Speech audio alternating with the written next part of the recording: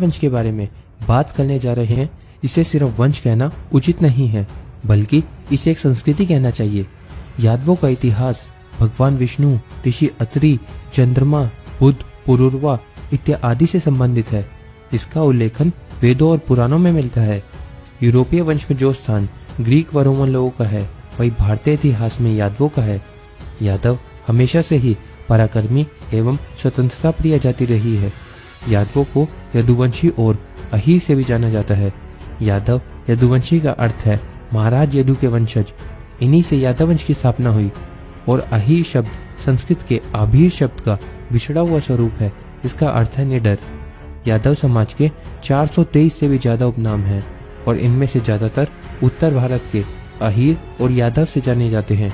और दिल्ली, हरियाणा, राजस्थान और उत्तर प्रदेश के कुछ इलाकों में इन्हें राव साहब से भी बुलाया जाता है। हरियाणा राज्य का नाम अहीरों के नाम पर ही है।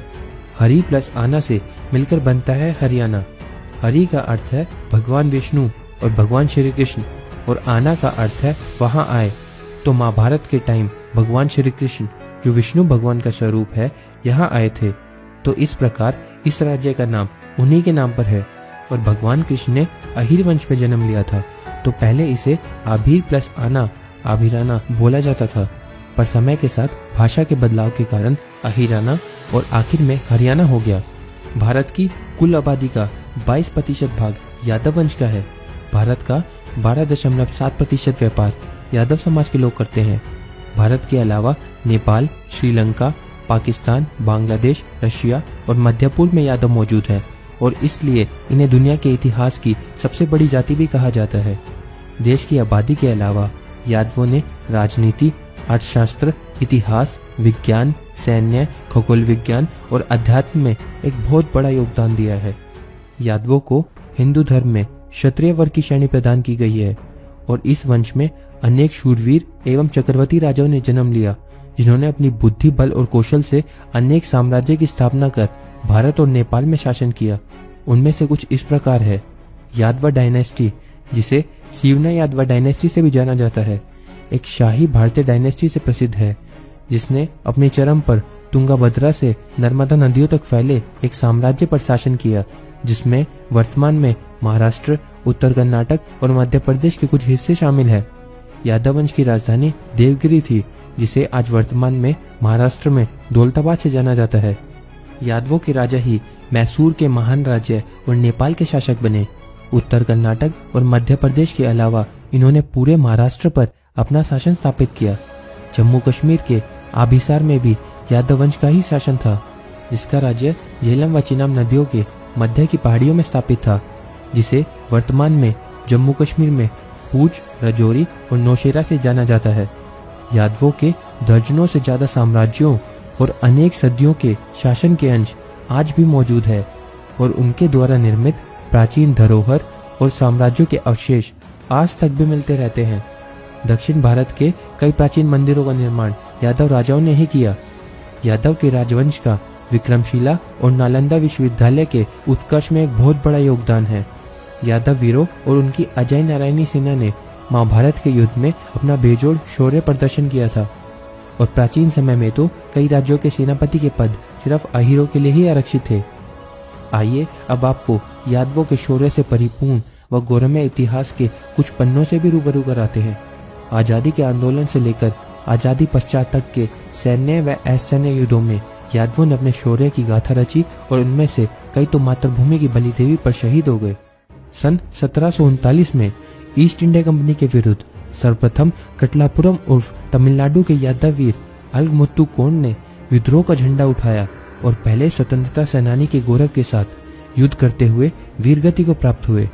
सन 1848 में रेवाड़ी हरियाणा के राव गोपाल देव, जिन्होंने अकेले ही 28 अंग्रेजों को मार गिराकर यादव पराक्रम का परिचय दिया। 10 मई 1857 के स्वतंत्रता संग्राम में यादवों ने प्रमुख भूमिका निभाई, और रेवाड़ी के राव रामलाल ने दिल्ली पर धावा बोलने वाले क्रांतिकारियों का नेतृत्व कर आंदोलन को मजबूत किया। 18 नवंबर 1857 को स्वतंत्रता क्रांति के प्रमुख नायक रेवाड़ी नरेश राजा राव तुलाराम ने नारनौल हरियाणा में जनरल गोराल और उनकी सेना को जमकर टक्कर दी, और इसी युद्ध के दौरान राव कृष्ण गोपाल ने कोराल्ट के हाथी पर अपने घोड़े से आक्रमण कर कोराल्ट का सर तलवार से काटकर अलग कर दिया और आंदोलन को गति प्रदान की। 18 नवंबर 1962 में भारत चीन युद्ध के दौरान यादव सैनिकों का पराक्रम व बलिदान भारत में आज तक सराहनीय माना जाता है, जिन्होंने अपने प्राणों की आहुति देकर राष्ट्र के मान सम्मान और गौरव को बढ़ाया। और तब विश्व इतिहास में ऐसा पहली बार हुआ कि किसी विरोधी सैनिक देश ने दूसरे देश के सैनिकों के शौर्य की तारीफ की हो।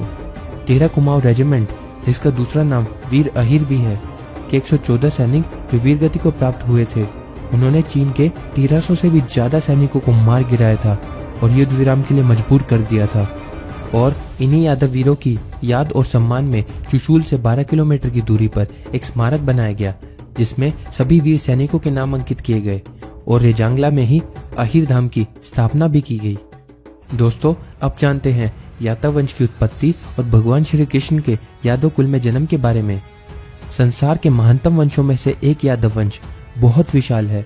अन्य जातियां अधिकतम मध्यकाल में अपना उल्लेखन पा सकी, लेकिन यादव जाति इस मायने में वैदिक जाति है कि इनके वंशों का उल्लेखन वेदों और पुराणों में मिलता है। विभिन्न धार्मिक और ऐतिहासिक ग्रंथों के अध्ययन के आधार पर चलो इसे जानते हैं। भगवान ब्रह्मा के 10 मानस पुत्र हुए, जिनमें से एक है ऋषि अत्रि। ऋषि अत्रि से चंद्रमा का जन्म हुआ और चंद्रमा से चंद्रवंश चला, और इसलिए यादवों को चंद्रवंशी क्षत्रिय भी कहा जाता है। चंद्रमा ने बृहस्पति की पत्नी तारा से विवाह किया, जिससे उन्हें बुध नाम का पुत्र उत्पन्न हुआ। बुध से पुरुरवा, पुरुरवा से आयु और आयु के पुत्र हुए नहुष। नहुष के 6 पुत्रों में बड़े पुत्र यति सन्यासी हो गए, इसलिए उनके दूसरे पुत्र ययाति राजा हुए। महाराज ययाति की 2 रानियों से उन्हें 5 पुत्र थे, जिन्होंने संपूर्ण धरती पर राज किया और अपने कुल का दूर दूर तक विस्तार किया। ययाति के पुत्रों से ही समस्त वंश चले। इन 5 पुत्रों में से राजकुमार पुरु में आगे चलकर पांडव हुए थे, और उनके सबसे बड़े पुत्र महाराज यदु से यादव वंश की स्थापना हुई। भगवान श्री कृष्ण का जन्म भी इसी वंश में हुआ। यदु के 4 पुत्रों में से उनके दूसरे पुत्र राजकुमार क्रोष्टा ने राज्य का अधिग्रहण किया और पहले यदुवंशी शासक बन गए, जिनकी करीब 11 पीढ़ी के बाद आए राजा विद्रभ। राजा विद्रभ ने दक्षिण विद्रभ राज्य की स्थापना की, और विद्रभ के 3 पुत्रों में विद्रभ के बाद कृत राजा बने, और फिर कृत की करीब 20 पीढ़ी के बाद आए राजा शातवत, जिनके 6 पुत्रों में से 2 ने नेतृत्व किया, अंधक और वृषणी। अंधक वंश में आगे चलकर कंस का जन्म हुआ, और वृषणी में भगवान श्री कृष्ण ने अवतार लिया। वृषणी से देवमिद, देवमिद से सूरसेन, और सूरसेन से वासुदेव का जन्म हुआ, और वासुदेव से श्री कृष्ण का। जब जब धर्म ने अधर्म को नुकसान पहुंचाने का प्रयास किया है, तब तक भगवान ने अवतार लिया है। श्री कृष्ण के रूप में स्वयं भगवान विष्णु ने मनुष्य के रूप में अवतार लिया था, और श्री कृष्ण भगवान विष्णु के सबसे शक्तिशाली अवतारों में से एक है। यादव समुदाय का एक गौरवमय इतिहास और विरासत है, और जब जब जरूरत पड़ी है वह वीरता एवं शौर्य की गाथा रचते रहे हैं। दोस्तों, अगर आपको ये वीडियो पसंद आई तो लाइक करें, कमेंट करें और शेयर ज़रूर करें, और हमारा उत्साह बढ़ाने के लिए इस चैनल को ज़रूर सब्सक्राइब करें, जो कि बिल्कुल फ्री है, और साइड में नोटिफिकेशन बेल को ज़रूर दबा लें ताकि हमारी वीडियो के नोटिफिकेशन आप तक पहुँचते रहें। धन्यवाद दोस्तों, जय हिंद।